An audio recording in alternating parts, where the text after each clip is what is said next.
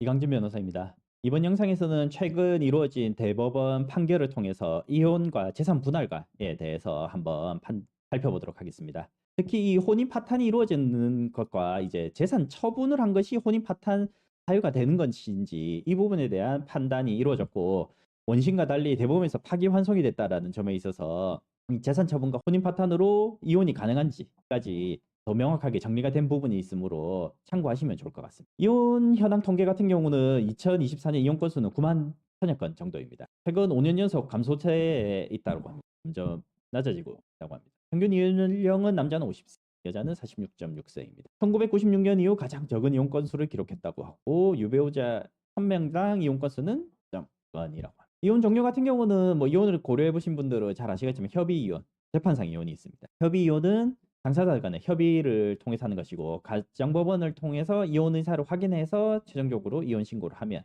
것입니다. 소요 기간은 상대적으로 짧고, 재판상 이혼 같은 경우는 법원의 소송 절차를 거쳐서 판결 확정을 해서 이혼을 할 수 있습니다. 장기간 걸리는 경우들도 있지만 재판상 이혼 과정에서도 조정이 되는 경우들도 꽤 있고 하기 때문에 그 경우에 있어서는 상대적으로 짧은 기간에 확정이 되게 되는 것입니다. 네, 본격적으로 대법원 판례를 보면 원고 1938년생이고 피고 1932년생으로 60년간 혼인 생활을 유지하셨습니다. 공동재산 대부분은 피고 남편분 명의로 취득을 했고 유지했습니다. 그런데 피고가 산업단지 보상금 3억 원하고 농지약 15억 원을 원고 동의 없이 장남에게 모두 증여를 했다고 합니다. 이로 인해서 2022년도부터 별거를 시작했습니다.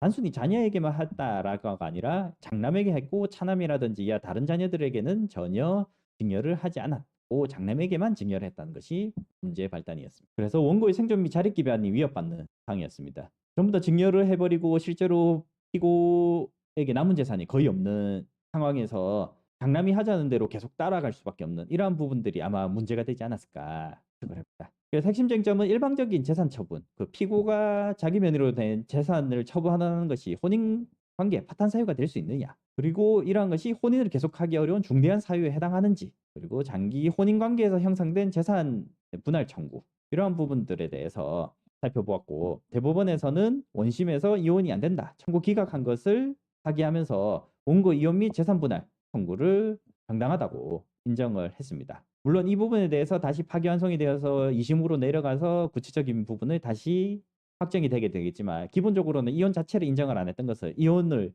인정했다라는 것 자체가 큰 의미가 있다고 보입니다. 민법 제840조에서는 재판상 이혼 원인을 두고 있고, 6호에서는 기타 혼인을 계속하기 어려운 중대한 사유가 있을 때 이혼을 청구할 수 있도록 하고 있습니다. 이 재판상 이혼 원인이 없이 단순히 마음에 들지 않는다라는 것만으로 재판으로 이혼을 청구했을 때는 이혼을 받아들여주지 않는 것이 현재 우리나라 법률과 대법원 판결입니다. 대법원은 부부간의 애정과 신뢰가 바탕이 되어야 할 혼인의 본질에 상응하는 부부 공동관계가 회복할 수 없을 정도로 파탄되고, 혼인 생활의 계속을 강제하는 것이 한쪽 배우자에게 참을 수 없는 고통이 되는 경우에 해당하여야 이혼이 가능하다라고 보고 있습니다. 그래서 문구상으로 봤을 때도 상당히 기준이 높다라고도 볼 수 있습니다. 다만 이 부분은 이제 사실심에서는 판사의 성향에 따라서 판단이 달라지는 부분들도 있어서 일률적이지만은 않다라고 할 것이지만, 어쨌든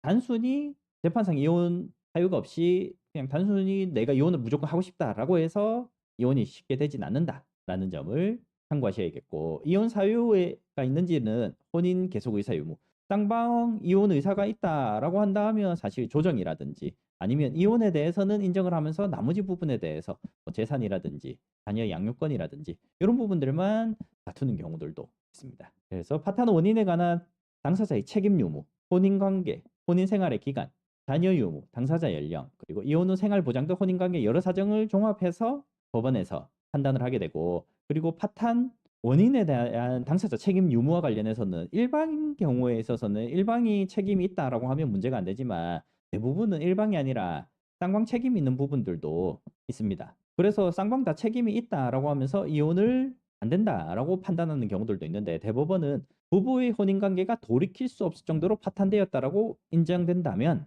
파탄의 원인에 대한 원고의 책임, 이혼을 청구하는 책임이 이혼을 청구하는 쪽의 책임이 피고 상대방 측 책임보다 더 무겁다고 인정되지 않는 한 이혼 청구를 받아들여야 한다라고 해서 일정 부분 책임이 있다고 하더라도 상대방의 책임이 더 크다고 하면 이혼 청구는 받아들여야 된다라고 보고 있습니다. 이러한 내용을 기초로 해가지고 이번 대법원 판결을 살펴보면 60년 혼인 생활 후에 남편이 공동재산을 배우자 동의 없이 본인 동의 없이 장남에게 전부 증여를 해버려서 부부 신뢰 관계가 파탄되었다라고 부부가 60년 동안 공동으로 형성한 경제적 기반을 대부분 무단으로 처분을 했다라는 것이고 결국 별거가 시작이 되었고 혼인 관계가 사실상 파탄된 것이 아니냐라는 부분이고 법원은 혼인 관계가 파탄된 것에 대해서 부부 간의 애정과 신뢰가 바탕이 돼야 할 본인의 성질에 상응하는 부부 공동관계가 회복할 수 없을 정도로 파탄되고 혼인 생활을 계속 강제하는 것이 한쪽 배우자에게 참을 수 없는 고통이 되는 경우에 혼인 관계가 파탄이 되었다라고 볼 수 있는데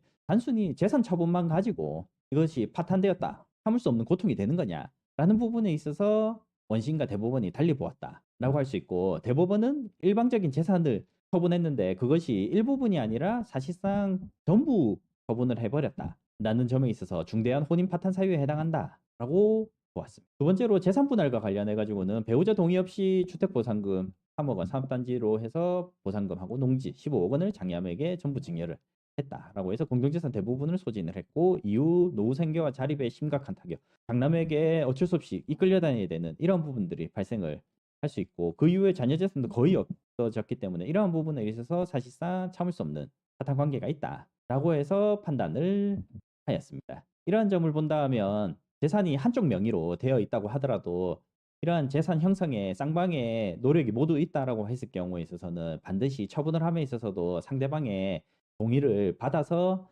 처분을 하는 것이 필요하다고 보이고 최근에는 이제 젊으신 분들 같은 경우는 이제 공동 소유로 한다든지 아니면 일정 부분 재산을 나눠서 소유를 한다든지 이런 부분들도 많기 때문에 지금 대법원과 같은 경우에 있어서 이러한 문제는 적게 할 것으로 보이는데 그럼에도 불구하고 여전히 과거와 같이 남편에게 전부 명의로 모아두는 경우들도 많고 남편이 일방적으로 처분을 하게 되는 경우들도 생길 수 있으므로 이러한 경우에 있어서 이혼 사유가 된다는 점 참고를 하면 좋을 것 같아요. 여기까지입니다.